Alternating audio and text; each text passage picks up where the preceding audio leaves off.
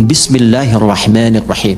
Makanya kalimat Bismillahirrahmanirrahim kalau ba-nya difungsikan dengan benar, cara bacanya beda. Akan memberikan pengaruh yang dahsyat dalam hidup kita, apapun profesi dan kegiatan kita. Tidak mungkin Bismillahirrahmanirrahim menjerumuskan bagian tubuh kita kepada maksiat, mustahil. Dari ujung kepala sampai ujung kaki, nggak akan melangkah kaki kepada yang Allah nggak sukai. Itu baru ba saja, dan pasti akan merubah diri lebih baik. Itu baru ba. Nah, ba titik dan ba itu mahal. Makanya ada ulama mengatakan begini, isi Al-Quran intisarinya ada di Al-Fatihah, sarifati Al-Fatihah ada di Bismillahirrahmanirrahim, inti Bismillahirrahmanirrahim ada di huruf ba, dan inti huruf ba itu ada di titik, dan dari titik itulah semua digariskan. Nun wal qalami wama yasturun, kun jadi titik, fayakun. Ini agak mahal karena ilmunya itu agak banyak di situ. Tapi dulu orang tua kita tidak pernah membuat bahkan pakaian kecuali memberikan pesan di dalamnya. Koko itu dari kata waqwa, dari bahasa Arabnya. Waqwa itu asal dari kata takwa. Jadi kalau sudah mengenakan pakaian takwa, baju koko, jaga diri untuk mendekat kepada Allah. Walibasut taqwa dzalika khair. Bawahnya sarung. Sarung itu sarungan dari kata syar'an. Orang kalau sudah pakai baju takwa harus dekat dengan syariat, ya kan? Makanya pakaian kakinya baqyak, ya, al-baqa lillah. Kemudian pecinya itu disebutnya apa? Kopiah. Kopiah itu dari kata khufyah. Khufyah itu menunduk. Kalau sudah bagus sarungan, ahli ilmu, ilmunya bagus, khufyah, makin tawadhu. Jangan sombong, karena yang kekal itu hanya milik Allah Subhanahu wa ta'ala. Itu orang tua kita tuh dulu tuh sederhana, nggak banyak ceramahnya, tapi setiap tanda-tanda yang kita kenakan tuh ada nilainya. Bismillahirrahmanirrahim. Ismun. Saya tulis dulu ya.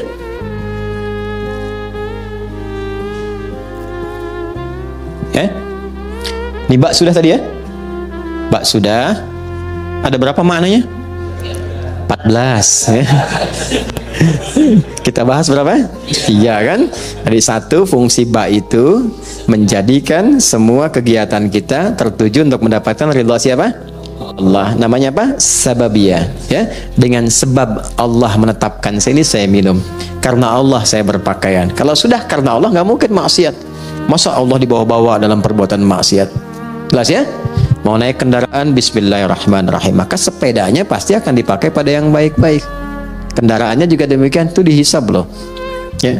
Kemudian yang kedua apa tadi? Musahabah. Musahabah itu mendapatkan penyertaan, perhatian dari Allah. Maka merasalah diperhatikan.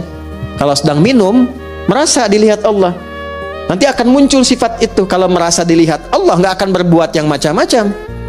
Bicara merasa didengar Allah, karena merasa didengar nggak akan keluar yang kotor, karena sedang merasa diamati. Ya, innallaha sami'un basir. Ya, Allah mendengar, mengawasi. Nah, itu ada pada huruf ba.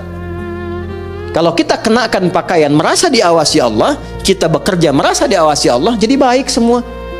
Makanya orang jahiliyah itu dengan Bismillahirrahmanirrahim jadi khairu ummah. Baik semua. Antum udah dibacain Yasin berkali-kali nggak jadi baik juga gitu kan? Nah, balik lagi, mungkin tadaburnya yang kurang. Ba yang terakhir ilsaq. Kalau sudah ilsaq, udah jadi hamba yang diistimewakan oleh Allah, yang bahkan belum minta Allah sudah menjawabnya. Bismillahirrahmanirrahim. Asalnya ini ada alifnya di sini dari kata ismun. Begini. Asalnya bismillah. Dibaca nyambung bismillah. Dan cuma di Bismillahirrahmanirrahim alifnya hilang. Wahyu pertama turun apa? Hah? Bacanya apa? Ini yang tidak tepat. Wahyu yang pertama turun itu bukan Iqra. Tolong diperbaiki ya.